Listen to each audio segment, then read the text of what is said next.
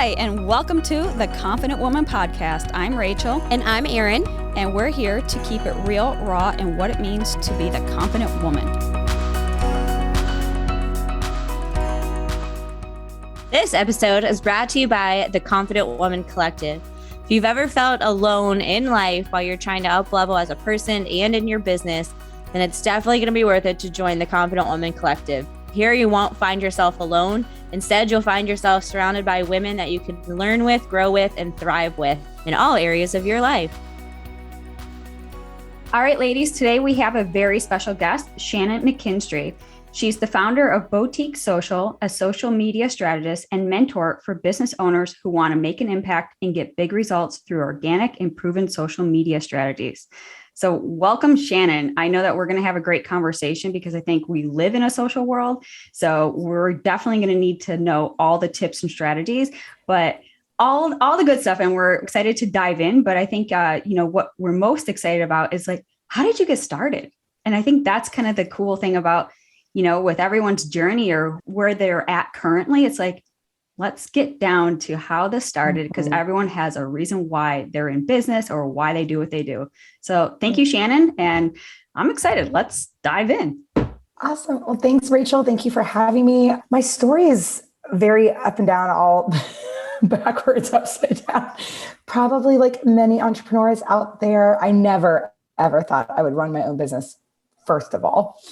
I was the very shy kid. I never felt smart. I just kind of stood in the background of all my 9-to-5s, never spoke up. So to be here now is very, very crazy. I feel like I'm like in a simulation. I'm like, is this happening? So basically the way it all started, I've actually been in media and marketing for a long, long time. When I was little, I always had my dad's camcorder. I drove my siblings crazy. I was always taking pictures and videos and they were like, please get out of my face. So as I grew up, I went actually to a live taping or recording of Saturday Night Live. My mom had a friend at NBC and No Doubt was going to be there. And I'm talking like 96, I think, 97. I was like 15 and, 15-year-olds weren't allowed to go to Saturday Night Live, but my mom had a friend there. So we got to go. And I just remember sitting there and just looking at all the people running around, like in the cameras. And I was just like, oh my gosh, I want to direct. I want to work in television. So I started studying TV production in high school, like immediately kind of put my love of recording and writing and everything creative to work. And then I went to Virginia Tech, studied communications and marketing. And then I got to actually live out my dream, which was working in a control room and working at CNN. And it was incredible, but I knew immediately this was not the environment for me. It wasn't healthy for me, witnessing things that we witnessed in the newsroom. And I was there during Katrina and the tsunami, and it just like panic attacks. It was hard.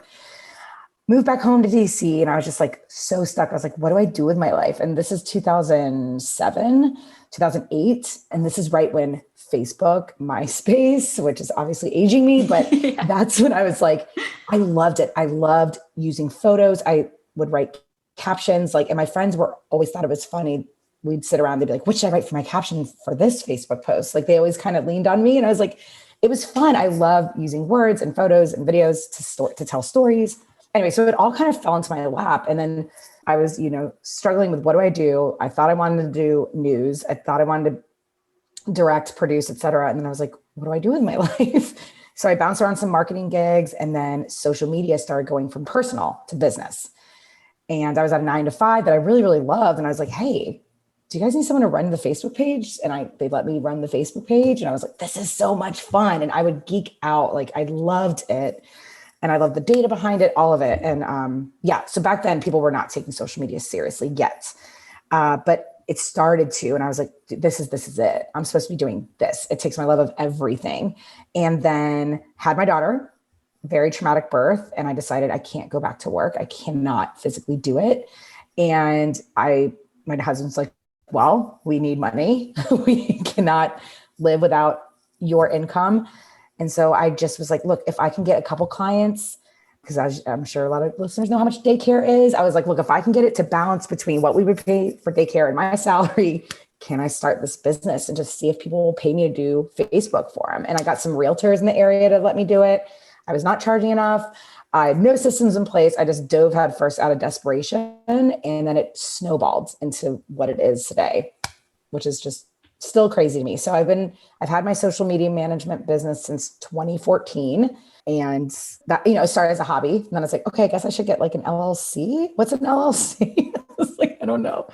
But that's how it all came about. And I just leaned on my local community in the Washington, D.C. area. I had no social media presence myself, except for my personal. And then I saw I was doing really great job at growing their accounts. And I was like, I should do this for myself, I guess, too. Should I treat this as not just a hobby and treat it as a business? And then I started showing up on Instagram, started writing articles on LinkedIn, and then boom. It's just amazing what happens when you market yourself and just show up. It's crazy. Right. Oh my gosh. I love that you share that, like just the vulnerability of, that messy middle when you got started, because the truth is like, you didn't just arrive overnight being, into owning your own boutique, social media company, to mentoring others and everything.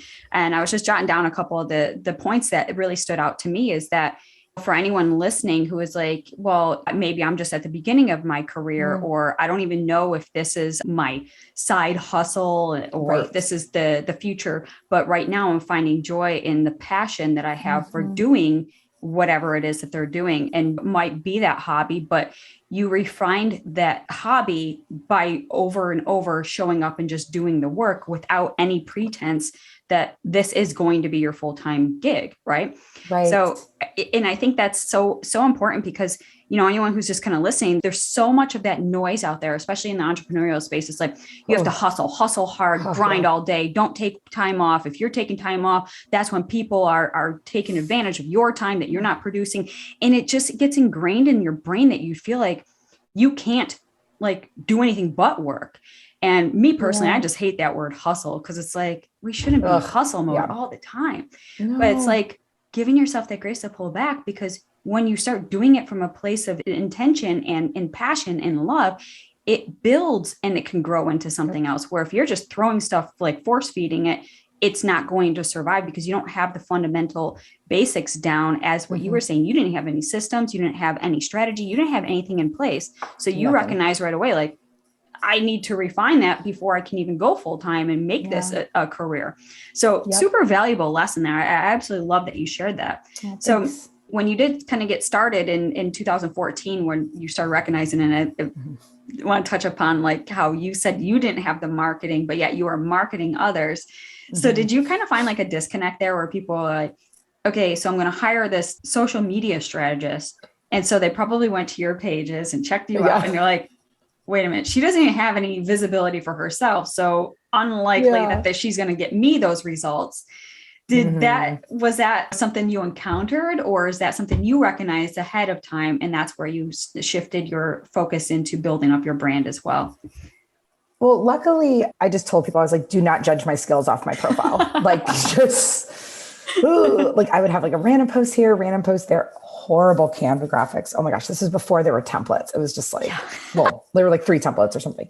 But I just kind of explained that. I was like, look, I can do a really good job for you. I don't have time. I had a baby. But what I would do is I would like send them samples. I'd be like, here's what I would create for you. And they're like, okay, great.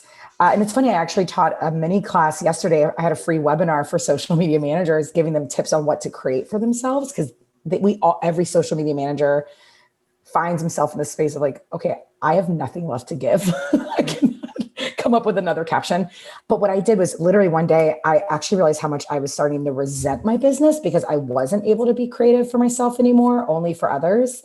So it was that moment where I was like, no, I owe it to myself. I need to honor the fact that I love creating. And it was back in like 2016-ish that I think I started my Instagram account in 2016 and just started documenting. I just would say, I'm off to do this. I'm sitting at the coffee shop with my daughter, writing captions, things like that. I just stopped like overthinking it. And I almost treated it as a personal account. I was like, let me just not even go business. Let me just take people through my day, show what it's like behind the scenes, show the messiness, show that I haven't brushed my hair, and all of a sudden people were starting to take notice. I started searching local hashtags. So I was really working with a lot of people in the real estate space at the time. So I just started making sure I was commenting on all the places I knew realtors went to in the DC area. I would just comment on the local coffee shops, the local farmers markets, the salons. I was just like, who can I get in front of? How can I use Instagram? Because I've got zero time. I've got a baby at home. And like I said, I started writing a couple articles on LinkedIn that were very simple. They're still there. I'm like, oh, cringe. I want to delete, but I'm also like, it's a good reminder. Right. About where you came from. Right. So it's kind of good to go back and be like, wow, look how much I've refined my craft since then. Oh my gosh. Don't ever delete any of the old stuff. That's like proof of where you've come from. Yes. Ever. And even if a reel does badly, I'm like, keep it, like learn from it. Yeah. Someone's going to like it. Someone liked it. Because if you go way down my Instagram feed, it's all still there. It's hilarious. But it's funny. I did this simple little day in the life video because I was like, you know what? I'm going to start carving out time for myself and I'm going to do what I do for my clients for me. And I shot a quick little, literally like a mini vlog essentially of just my morning and took people through what I did, put it on LinkedIn, put it on Facebook, and I got 3 leads and 2 clients. So I was like, okay, let's do this. Like, let's devote some time. And then, like I said, the other time I would spend that I had would just be commenting on local businesses in my area. And they'd tap on my profile. They'd see what I do. They'd hire me. And I was just like, oh my gosh, what I do for my clients works for me. It's like, duh. So that was when everything changed. It was like 2016, 2017. I started really just, my business started just skyrocketing. And I started doing live trainings. And then my local community just really loved on me and helped spread the word. And then, and everything just kind of grew from there. Wow. Yeah. And you started in 2014 and it took 2 to 3 years for it to come to fruition. Where you were like, okay, so this is something that I'm, making a business out of it.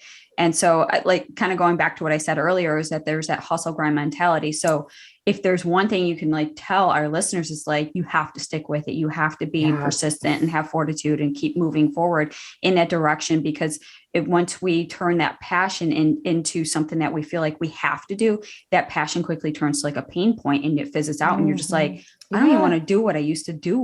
Like I loved it and now I despise it. So it's kind of like recognizing that, where you were like not putting that pressure on yourself and you're just like, I'm doing it because I just have this minimum. I just want to pay for my childcare. I want to prove to my husband that I can make this happen. And you had just those small goals in mind without thinking so big that I have to get there overnight. Otherwise it's not worth it. But I mean, it's crazy when we think of that because, like I said, how ingrained it is. It's like, you don't have overnight success. Very rarely. And if you did have overnight success, you wouldn't even know what to do with it to sustain it. I tell people all the time, they're like, I want 10,000 followers. I want 20. I'm like, do you know what would happen if you woke up tomorrow to 10,000 followers and you've got 100 right now? You're not ready. You're right. And they don't know you. You need time. Like, I'm just team slow and steady through and through. And there's no point in rushing it. Then you don't get to embrace the journey and like actually experience the come up. Right. But I mean, at the same time, there's probably that feeling of like frustration. You're like, okay, when is my time? Like I've been at it for chipping away for 2-3 years. Like, come on, when's the time? Because every time you think you're going to be ready, you find out there's a new lesson or a new obstacle or a new challenge. And it's like, those are the things that shape and shift you into being prepared. So it's like your time comes when you're actually prepared, not when you desperately need an outcome that you're forcing. So I love that. I love that you share that. It's so important to anyone listening, like just stick with it. And if you find yourself fizzing out on the passion where it becomes a pain point now, that's where you recognize and maybe you just put a pin in it and slow down, because you don't want to burn the candle at both ends and you just have nothing left to show. And you're just like, what I once loved, I despise, and now it's consumed me and I have nothing. And people will feel that in your heart and in your words and in your intentions that it shows up through your work. Yes. Yeah. Yeah. And I would say like it's passion, persistence, and patience. Right. Yeah. Like, it's okay. And like you said, even it's funny, you see the overnight successes, but oftentimes they've been doing something for 5 years. It appears like overnight but they've been working for 5 years, or there's something they did in their past life before they were an entrepreneur that already set them up to go bananas. Like I see a lot of Instagram experts, quote unquote, blowing up and everyone's like, well, they did. I'm like, do you know that they used to do this? So they already had this huge grown like cult following. And now, of course, like there's a lot that you're missing when you see this quote unquote overnight success where people are just skyrocketing so fast. There's a lot that went on beforehand that you might not realize. Right. And then also, for in business too, I mean, say like you're a personal brand, you might have acquired the following doing X, but yet as you've evolved, like you are the personal brand, you're going to evolve. And all of a sudden now you're like, you're in this direction. That's now why. And your followers are like, yeah, but I signed up. Like I came into your sphere because you did fitness or something like that. And now you're over here talking about like business and products and stuff. And so there might be a little bit of that like disconnect, but it's like you as the personal brand and individual should still stick with what lights you up so that you can create that content. And so the evolution. And so what would you say to somebody who's kind of like that? Maybe they're on the fence and they're like, yeah, but I feel like I still have to cater and serve that former audience, but yet it's not a part of who I am anymore. Like that's not I don't want to go back in time and become the person I was several years back. Right. So like, and so you don't really know that individual's journey or the struggles, but yet, how would you give somebody like that permission that says, listen, if you're not in that space anymore, don't keep going back. Like you're holding on to something that's stunting your creativity to create those captions, to create the work and create the, the movement that maybe one might want to embark on versus feeling like they're stuck in the past. Yeah. I know a lot of people who have pivoted and, oh, do I start a new account? What do I do? And I'm like, well, it obviously depends on the pivot. If it is like you have completely changed and had this huge transformation, but most people following you then were following you for you anyway. So I think a lot of people worry about the personal brand. I'm like, do you know how many DMs I get about my Starbucks order? Do you know how many DMs I get about the Target find? Right. So even though we're building businesses and selling things, most people are following you because of what they have in common with you, what they can bond with you over. It's not always business. And I tell people all the time, like people don't follow me because I sell courses and programs. They don't care. If it fits for them, they'll buy it. But they're following me because they like to follow my journey. They like my tips. The stories I share inspire them, whatever it is. I'm not for everyone. No one else is for everyone. So if the audience you used to have is like completely disconnected from what you are, where you're going with your life, I would actually probably suggest just starting a new account, because if it's that drastic of a change. But I know a lot of people, let's say for instance, people who sell makeup, right? Well, now they're also, we'll just say social media manager, right? You can still weave that content in, right? Because if people are following you and you're growing, maybe the person following wants to know some social media tips too, or just say in stories like, feel free to unfollow me. I'm taking a major shift in doing this. But I know a lot of people who sell two different things or have completely pivoted, and that audience still sticks with them because they were following them for them anyway. So they want to keep up. But for anyone that's like, I'm like, just give your audience permission to unfollow you. If I'm going to be sharing XYZ, ABC is dead, I'm going this way, and just say, like I'm going a different way. No offense if you don't want to follow along, and more oftentimes than not, people are like, ooh, cool. Like I want to follow along. So that's usually my advice to folks that are doing a big pivot or now selling what they were already selling and adding something different. You can find ways to weave in both types of content together. Because at the end of the day, as a personal brand, they're following you for you. Right. Yeah. And I think even for myself, like personally, like there was kind of that transitional point where, when I got started, I was heavily into like fitness and giving like nutrition tips and recipes and posting my food, because I was very much into my bodybuilding competition days back then. And it's like you build up that following, and it like, that's me in the past. Like I don't even live there anymore. So sometimes there's like that tug of war, like, fitness is a huge part of my life. It's like, whether I'm on prep or not, like that's always going to be a part of it. But like, I just don't make those meals that I used to, because I don't need to and all that stuff. And I'm feeling like, okay, there's kind of that tug of war, like, do I still go back to that? Because that's kind of what the audience, may have been following for. But I'm just thinking, no, it's so painful to like go be that former version of yourself when you're just not there anymore. And so what they say out, like whoever the they is, but it's like, no, but you have to give your audience what they want. Right. So I believe that there's some truth to that, but yet when you're building a personal brand, isn't it about what you want to? Because if you're not in that creative space, you're doing a disservice to both. So like, you're just kind of stuck. Right. So, and they'll feel it. They'll feel it if you're not aligned with what you're sharing. Right. So it's almost like, how can I give people recipes and stuff when I don't even cook like that. So Right. do I just go become the former version just to please the audience that could have a No. choice to follow or unfollow? And I remember struggling with that like several years back. Last time we competed, I think it was 4-ish years ago. Okay. But it was just something that, when I was making that shift, I was like, you know what, this is my page, my personal brand. This is what I'm doing. And I use this as also a creative outlet to share me and the things that I'm doing and build that relatability so that when I'm creating my brand, it's all facets of me and not just limiting to here's workouts and here's food, right. whatever. But I think that's such a great point is that, when somebody's saying like, you have to give your audience what they want, I suggest, and correct me if I'm wrong, like give yourself a pause and say, okay, are you currently in that space? And is that the direction you want to move? So yeah, followers come and go. However, like you said, if it's a night and day difference, like a drastic, you were one thing and now you're trying to do another thing, maybe another page might be a best option, or to inform your current following, this is the direction I'm going. You can stick with me or you can unfollow. So you're giving them that option to opt in or opt. And I like that because it's so important to, I guess, have that open conversation with your community and your audience so that they're not so blindsided, like, wait, I haven't hopped on and saw you for a while because, algorithms and stuff. And and they come back and they're like, wait a minute, now you're doing this, like unfollow. So I think that's so important. And you had mentioned also like kind of taking a step back to what you were saying about you creating your own brand. Whereas if you're constantly writing the captions and the creativity and doing the work for your other clients, how do you get creatively inspired for yourself? Ooh, I love this question. So we all have it, right? We just major imposter syndrome, right? Yes. Scrolling and just like, okay, I'm the worst. I'm terrible. Throw it all away. Like, and it's just, and then you come to and you're like, I'm so crazy. Why was I thinking that way? What I do to tap into creativity is I don't look at Instagram.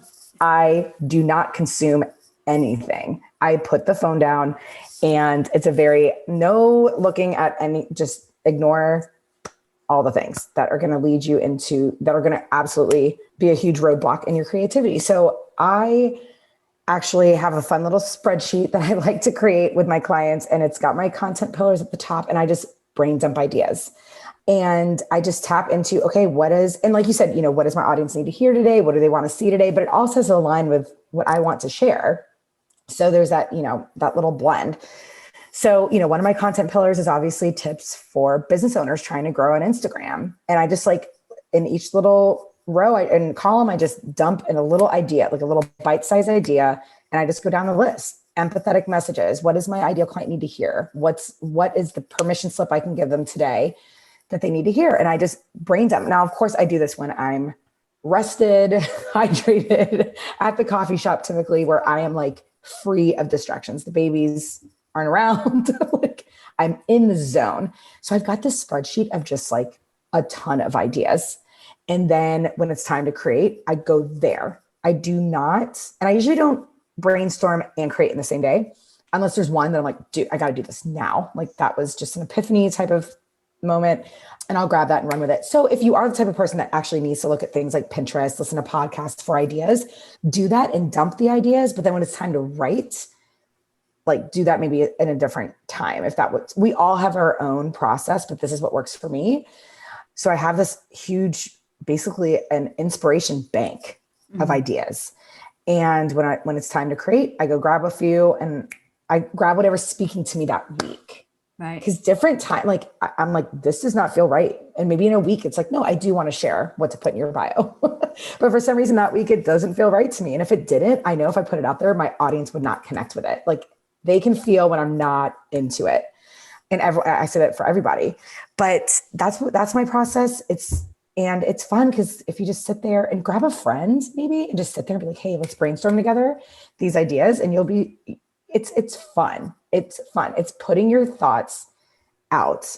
And sometimes I'll randomly tweet something and then I'll sit on it for like a week and I'm like, nope, yep, that's going to be my post. I give myself time to create. And I think that's what a lot of mistakes that people are making is people are like, you've got to do a reel a day. I'm like, who says who? My reels from 6 weeks ago are still getting clients, are getting engagement. Like I do 3 to 4 posts a week because that's sustainable for me. Reels last so long. So I put a lot of my effort into reels because they allow me to create less. And so when I do create, it's like something I'm really proud of. And I don't ever put anything out. I know a lot of people are just like, just post it, just post it. If you're in growth mode and you just need to get in front of people, sure, that might be the right goal for you. Right now, I'm only putting it out if I feel really good about it. So that's my process. The other thing I do when I'm in a rut is I literally just go repurpose something. I'll go look at what performed well 3 months ago, 6 months ago. If it was a reel, I'll make it maybe a tweet graphic and then do the caption, or I'll make it a carousel post. I literally take exactly what I created and just make it in a different format and throw it out there because I know it worked well.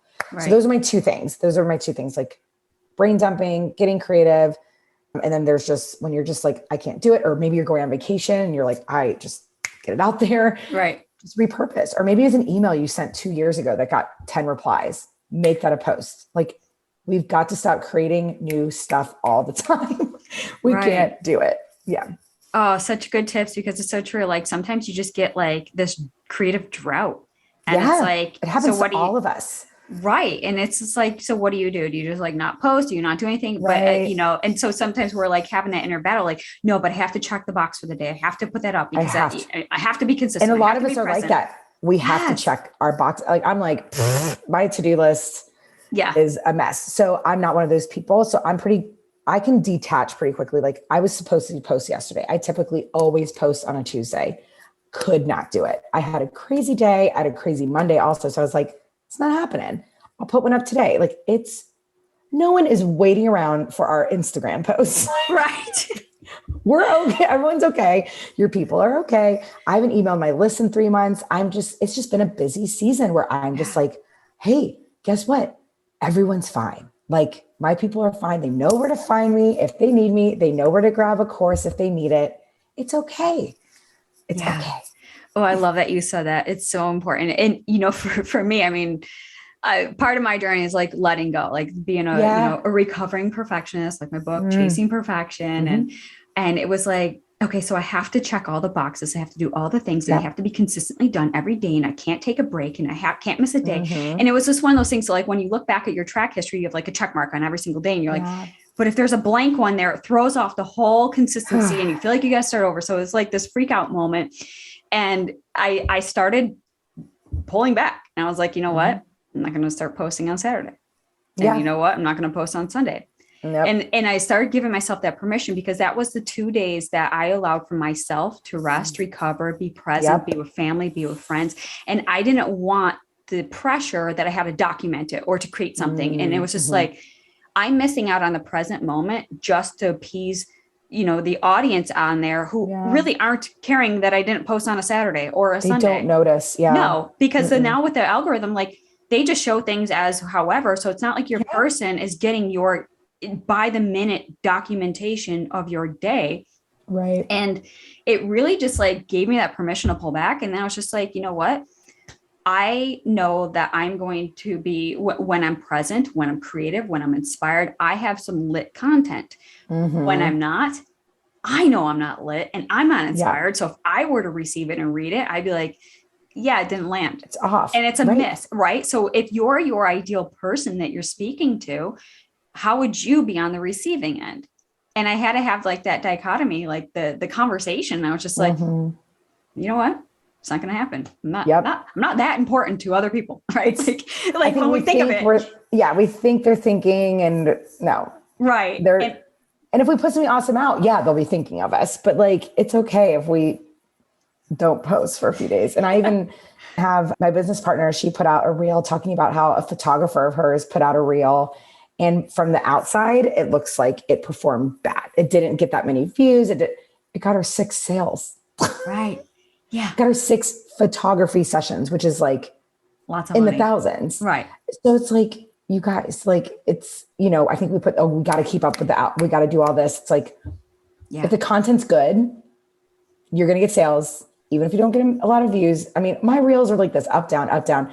It's all, there are more people. There's now everyone's creating reels, right? The early adapters crushed it. They grew so fast because Instagram was pushing them. Now everyone's doing them. So we're not seeing the big numbers we were. And I think there's this pressure that, oh my gosh, I need to be at 10,000, 15, 20 because so-and-so said you can do that by posting a reel a day. And it's like, but if the quality sucks, right. It's not going to land. what's the point? So if you can do 2 quality reels a week, I am here for it. Like, that's what I want to see people doing.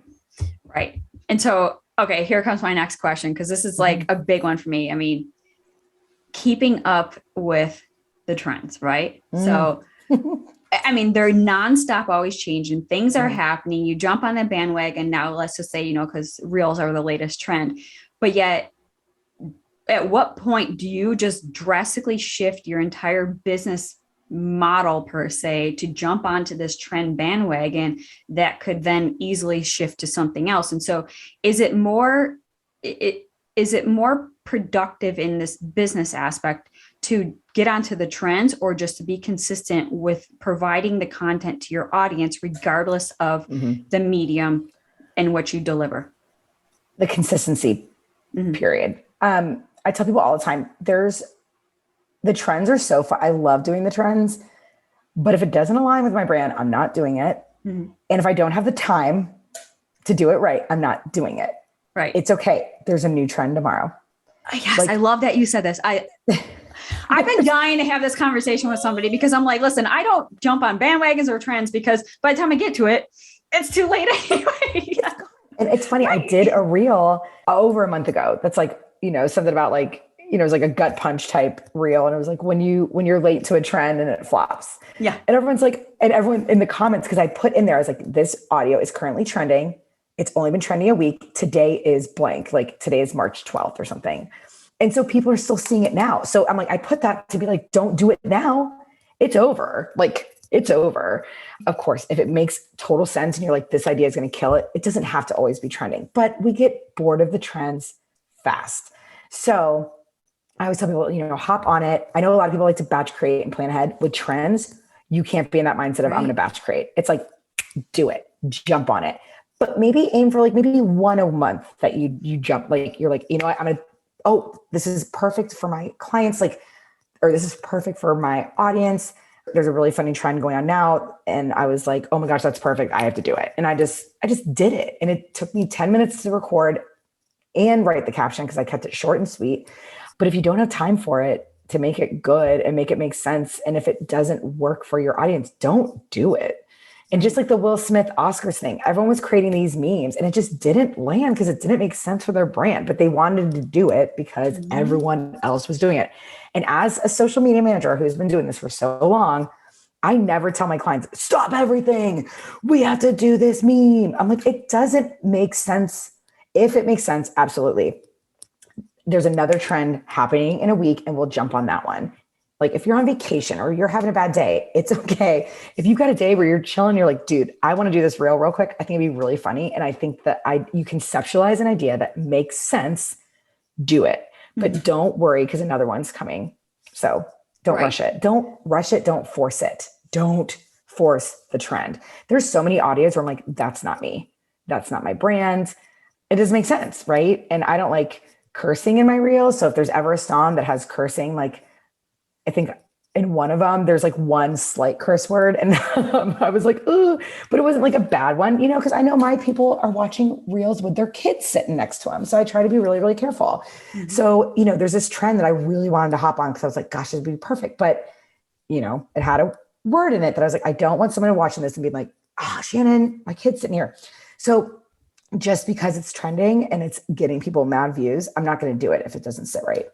Right. And also just, recognizing in your business the time and place for all those things. And I think what, what's cool with Instagram, and I guess for all the platforms, it's about finding what you can creatively sustain. And personally, I like Instagram because it gives you so many options. You can do the static posts, you can do your reels, your carousels, to stories, to, all the things, right? So you're not just limiting yourself just because reels seem to be trending, that not everything on your feed should just be reels, unless that's the direction you want to go and you want to sustain it. And maybe now you're sharing it with TikTok, since that's typically just, video format. Right. But I think it's cool that Instagram now has those options where, as a creator, you find the lane that you are best creatively suited for, and you jam in there regardless of what's happening, because who knows, maybe reels will go away and they, start up in, I don't know, carousels or, whatever. Yep. And it goes like, it's up and down, up exactly. And down. And what's very interesting for anyone listening who's just like, I'm not feeling reels. I don't like it. Some of the reels I see taking off, and this is big in TikTok right now, is no more trends, original content, talking to the camera. And I've done a couple reels like this, and they've actually done very well. They don't go viral, but they do get in front of new people. They get a ton of engagement because it's a break in what we're used to. And we're so used to lip syncs and dances and this. And now it's like just all of a sudden someone's talking right to you in your screen. And you're like, whoa, this is different. And it grabs your attention. And I've done a couple like that. My business partner yesterday did one, and it's one of our top performing reels in the past few months. So it's like, don't be afraid to just do something completely different than what everyone else is doing, or to take that trend and do your own spin on it. Those, I'm always like, wow, like, oh, I've seen this done 1,000 times with the same text. Like we are so bored when we're on Instagram. That's why we're on Instagram. Yeah. We're just, if we were busy and doing stuff, we would not be on our phones. So the fact that I'm seeing this on TikTok means it's going to be coming to Instagram, right? Instagram is TikTok 4 weeks ago. So like all the trends come from TikTok. They come to Instagram typically. Of course, there's definitely some native trends in Instagram, but more so from TikTok. But TikTok is really pushing original content because I think they've seen that people are kind of getting bored of the trends. Because people are on TikTok for a long time. They spend more time on TikTok than the other apps. So I think people are going to like, okay, bored. So just people talking to the camera and telling stories is huge right now on TikTok. So don't be afraid to experiment with that on Instagram. If you are like, or I can never keep up, I can't actually do a trend because I will never get to it fast enough. Cool. Don't worry about the trends. Talk to the camera. What does your person need to hear today? What's a tip you could share? What's an inspiring story? Share your founder story. Just talk to the camera and share it. You just never know. And of course, it might not go viral, but who cares? Right. And it's creating the, relatability and impacting your current audience. And so I think, and they already love you. Right. So going back to it, it's like, giving your audience what they want to hear in the space that you're currently at. So again, don't take 12 steps backwards of somebody you're not anymore just to appease the audience. But very similar. When I hop on Instagram, it's usually just to check, my own personal stuff that's happening. And then, you're bombarded by all the things that are happening. I'm just like, listen, sometimes I just want to look at a picture and read the caption without having to click on a reel to read the caption. Then the noise is blaring. And it's like, no, I was just genuinely like inspired by this person's creative writing. Cause I'm a writer. Like, this is what I do. Yes. I love. I think people forget that static posts and storytelling captions still work. Yeah. People are like, only reels. I'm like, what? I only do a lot of reels because for me, I love writing. I write very long captions. I'm like, so do I. I get yelled at about that. Like, come on, can you give us a break? I was like happy weekend. Right? There you go. Cool. That's why my one on last Friday was like 2 sentences. And I was like, I feel weird. But reels are quicker for me because they're just quicker for me to create. Because I've gotten it down to a formula where I'm like, I never spend more than 5 minutes on a reel. So if I'm creating a graphic or a carousel post, I find myself spending hours because I also perfectionist in that way. So I obsess and I'm like, you know what, let me just do a raw, authentic reel. But I still keep my captions very long because but all of the clients that I manage, because I still manage other people's Instagram, we don't do any reels. We only do static posts and they still grow. So I want to make sure people know listening that if you're like reels are I literally despise them. And there's people out there that despise reels. Instagram, even though it is no longer a photo sharing app, right? That's what he said. Static posts still do well. And shoot, if you look in the Explore page, it's almost all static posts. Yeah, there's some reels sprinkled in, but that just goes to show people are still sharing photos. They're still sharing a picture of their coffee. Like, it's okay. It's still the old Instagram. It hasn't changed. Features have changed, but it's still a storytelling app where people just want to follow your life. Really. Right. Yeah. And I think that's something I always kind of go back to when we're feeling like we're having to keep up with the latest trends. But, you've given some incredible tips here too. And now, so I believe on your website, it's, you have speaking engagements and you teach classes and kind of just want to take a little sharp left here and talk about that real quick, because I mean, Sure. you do so much that really helps empower the brands and empower other women to really confidently grow their business and, create some incredible content. So let's take a sharp left for a second. Let's talk about Sure. the courses, the speaking and the classes that you teach as well. Sure. My big dream is to just speak on stage, and like I love doing team trainings. I'm one of those people, I want to help the masses. I love working I absolutely have one-on-one programs, but as a mom with a baby, I can only take on so many, right? So my thing is always like, well, how can I help more people without like burning out? Right. So I've been doing lots of like team trainings, workshops. I've done speaking engagements back home in DC. I've done a few, and they just light me up. They really do. And I feel so just happy, just helping people just make sense of it all, simplify it, my goal is like, everyone take a deep breath. It's not that deep. It's not that deep. It's a social media app. It is free. It's okay. Yeah. So that's I love speaking engagements, I love doing Reels workshops. Oh my gosh, they're so fun. Just getting a group of women together and just helping each other create Reels is so much fun, because you forget this should be the fun part until you're with someone like me or another coach who can help you like, no, this is what to do. And they're like, oh my gosh, that's so simple. I'm like, yeah, it doesn't have to be complicated. A lot of people overcomplicate Instagram, and my goal is to not overcomplicate it and make it just take us back to when we just shared a little photo and put a little filter on it and called it a day. Obviously that doesn't work. You got to market yourself. You got to do a little more. You have to do storytelling and stuff like that. But it should never stress you out or make you cry or anything like that. But yeah, so that's how most people work with me right now. Is I also have courses. Like you said, I do a lot. I have an agency, but I do have a membership as well. So it's one of those things, like I'm always like, on my website, I even have choose your adventure, because like, what is your goal? And I've got you. Like, so I have very niche offers, but I work with all sorts of brands, and, I've worked with realtors, I've worked with boutiques, salons, I've worked with just obviously other people just building a personal brand. It's just been a lot of fun. It's just really nice to help people have fun again on social media and make sales from it too. And that's like the double whammy bonus over there too. Like if you can just stay in your lane, jam away, have fun, enjoy the process, and just create your own path, like stay in that lane. I think that's so important is, sprinkle in some of those trends, whether they're still happening or maybe you're a little bit late to the game, but the goal of that is, really to just stay true to who you are. And I, to kind of wrap this up full circle here is exactly where you started. The first word I wrote down on like some of the notes I was taking was like fun. And here we are ending this interview talking about the fun. You never let that fun fade or die. So from 2014 to 2022, you've consistently stayed in that lane to thrive in that fun zone. And now you're teaching others and showing others, and you're just living like your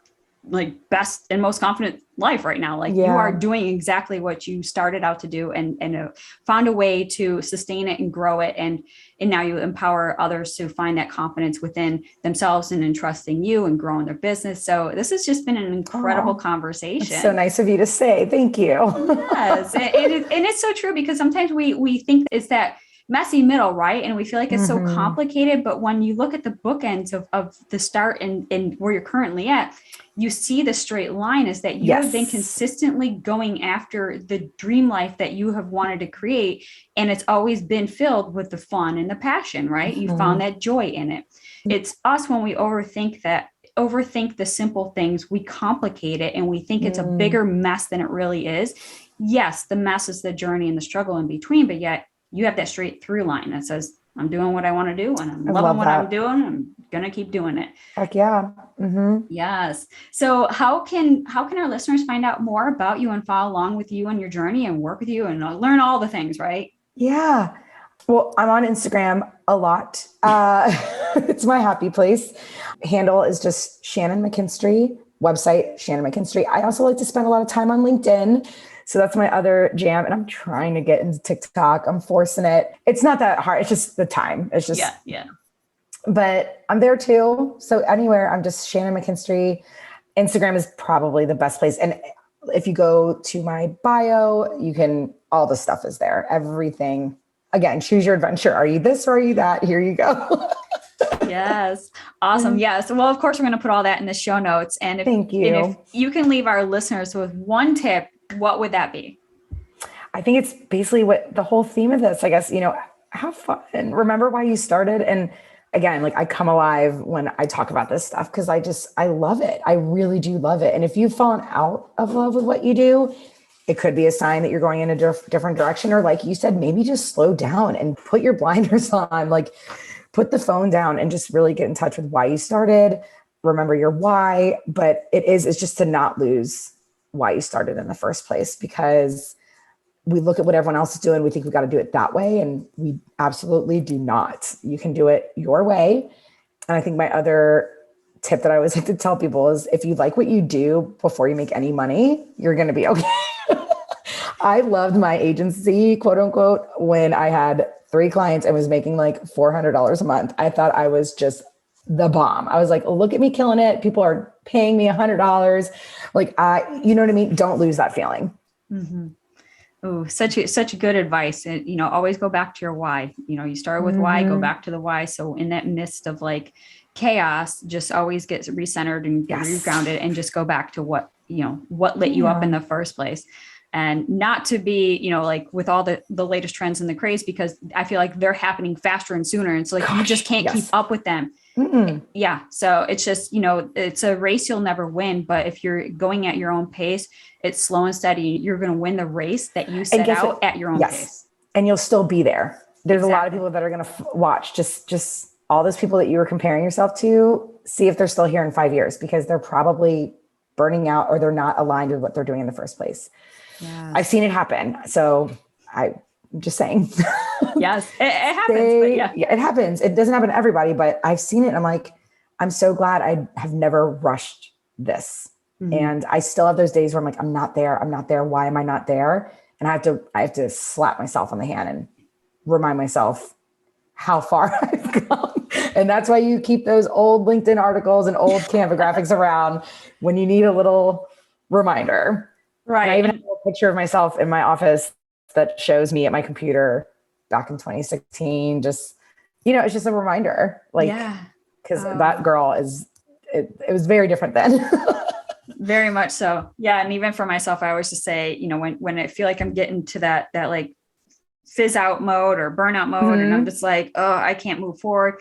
I just take a minute to like regroup myself. And I have this kind of like mantra I tell myself. It's like, go back to basics. Go back to basics. Every time.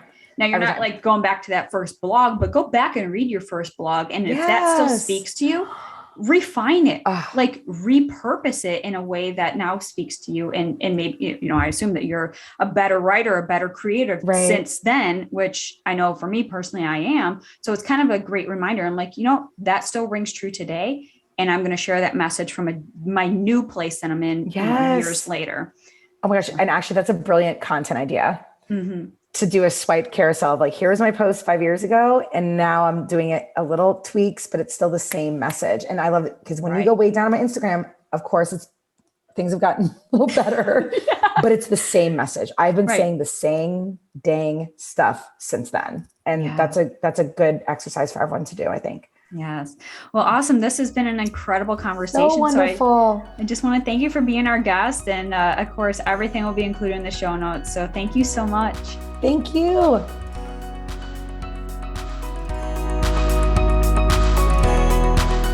All right. Thank you so much for listening to the Confident Woman podcast. For more ways to connect with us, check out our Facebook group. It's the Confident Woman on Facebook. There's a ton of amazing ladies in that group that you can connect with as well. My Instagram is @Erin_travels for life. Make sure you go ahead and follow that and follow Rachel as well. What is yours, Rachel? You can follow me on all social medias @I am Rachel Brooks. Awesome. Thanks so much. Look forward to checking you next week.